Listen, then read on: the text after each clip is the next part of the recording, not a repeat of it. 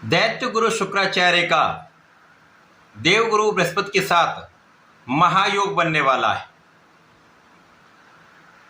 प्रिय दर्शकों, नवग्रहों में अत्यंत सौम्य प्रभाव देने वाले, सर्वाधिक शुभता की प्राप्ति कराने वाले दैत्यों के गुरु गुरुदेव बृहस्पति के साथ गोचर करना आरंभ करने वाले हैं।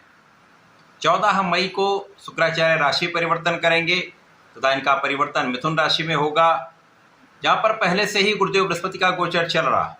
इस प्रकार से दोनों गुरुओं का महायोग, महाप्रबल राजयोग, संख योग का निर्माण करने वाला है, जिसका प्रभाव समस्त राशि के जातकों को प्राप्त होगा। निश्चित रूप से कुछ बड़ा होने वाला है। जय श्री गणेश, नमस्कार। मैं आचार्य संजय द्विवेदी। मेरे समस्त प्रबुद्ध दर्शकों का मेरे चैनल पे हार्दिक स्वागत है। प्रिय दर्शकों, आज मैं मीन राशि के लिए दैत्य गुरु शुक्राचार्य की इस राशि परिवर्तन का, गुरुदेव बृहस्पति के साथ महायोग का किस प्रकार का परिणाम प्राप्त होने वाला है, आपके किन किन भाव में प्रबलता आएगी, इस समय में आप कितना लाभ प्राप्त कर पाएंगे, अथवा कहीं पर कुछ अवरोध है या समस्या है तो उसका क्या निराकरण, संपूर्ण विश्लेषण मैं पूर्ण तर्क के साथ करने जा। प्रिय दर्शकों, इस राशि फल को आप अपने लग्न तथा राशि दोनों के अनुसार देख सकते हैं। गुरुदेव बृहस्पति के साथ जब शुक्राचार्य का योग बनता है तो शंख नामक महाराज योग बनता है।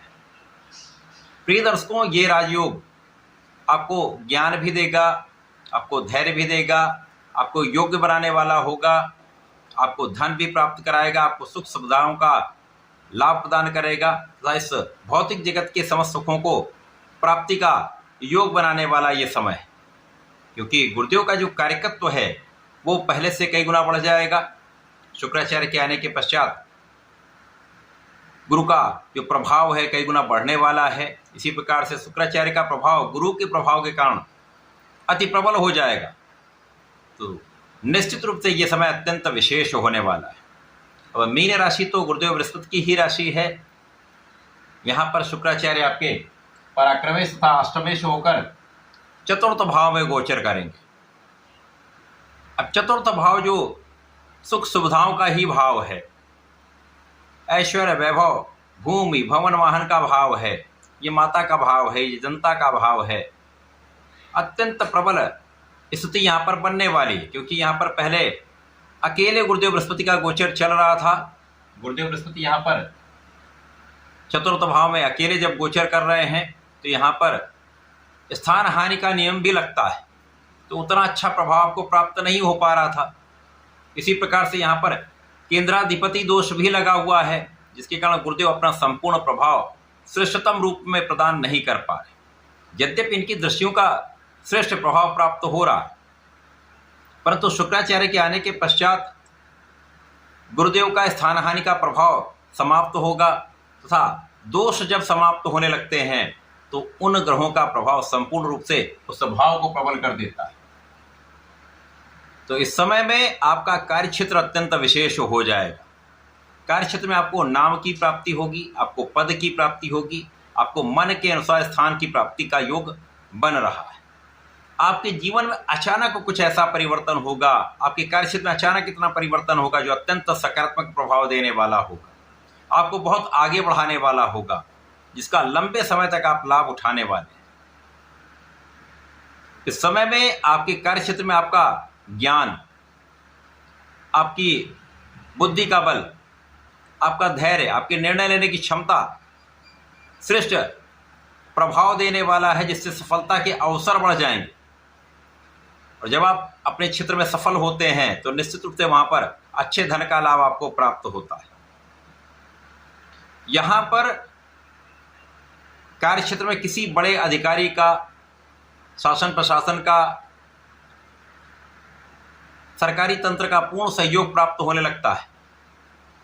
इसी प्रकार से व्यापारिक भाव में जिन लोगों के साथ आप व्यापार कर रहे हैं, जिन लोगों से आप संबंधित होकर व्यापार कर रहे हैं, उनका पूर्ण सहयोग मिलता है तथा जो कला क्षेत्र के जातक हैं उनको लंबे अवधि के लाभ प्राप्त होने वाले, क्योंकि यहाँ पर अवसरों की वृद्धि, बड़े अवसर की प्राप्ति तथा बड़ी सफलता की प्राप्ति से अच्छे लाभ की स्थिति बन रही। इस समय में आप बहुत आध्यात्मिक भी रहेंगे, आपका विशेष ज्ञान बढ़ेगा, आपका आध्यात्मिक ज्ञान बढ़ेगा, पूजा पाठ में आपका मन लगेगा तथा इस समय में आपकी सुरक्षा भी होगी। इस समय में आपके अच्छे धन लाभ के कारण, आपकी आय में वृद्धि के कारण आप अपने सुख सुविधाओं का पूर्ण लाभ उठाने वाले। आपको भूमि भवन वाहन का सुख प्राप्त हो सकता है, भूमि भवन वाहन से सुख प्राप्त हो सकता है।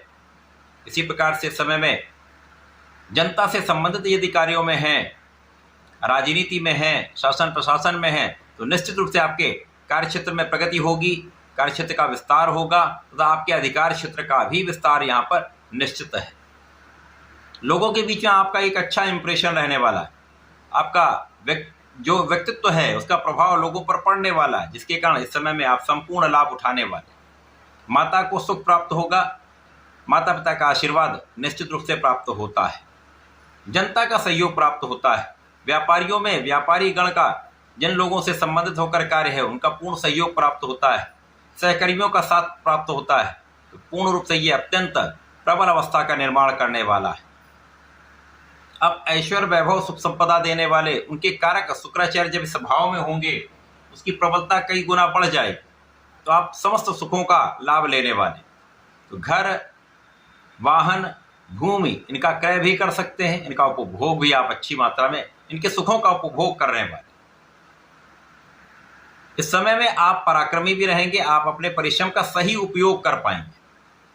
आप जो भी करेंगे सोच विचार कर कार्य करेंगे तो त्रुटियों की संभावना कम से कम होगी, तो असफलता का योग भी कम से कम होगा।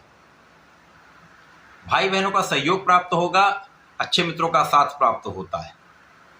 इस समय में आपकी यात्राएं हो सकती हैं, यात्राओं से आपको लाभ भी मिलेगा। देश विदेश से जुड़कर या देश विदेश से संबंधित होकर कार्यों में हैं तो निश्चित रूप से यहाँ पर आपका लाभ बढ़ने वाला है। यहाँ पर आपकी व्यापारिक यात्राएं आपको लाभ दिलाने वाली होंगी। आध्यात्मिक यात्राएं भी यहाँ पर हो सकती हैं। आध्यात्मिक कार्यों में, अनुष्ठानों में, धर्म के कार्यों में आपका कुछ व्यय भी हो सकता है, जो आपके लिए अत्यंत संतुष्टि देने वाला होगा और किसी प्रकार से कोई बड़ी समस्या यहाँ पर नहीं होने, क्योंकि आय आपकी बढ़ेगी, व्यय बढ़ सकता है, लेकिन आय और व्यय का यहाँ पर संतुलन बना रहेगा, तो कहीं किसी प्रकार की कोई असुविधा नहीं होगी।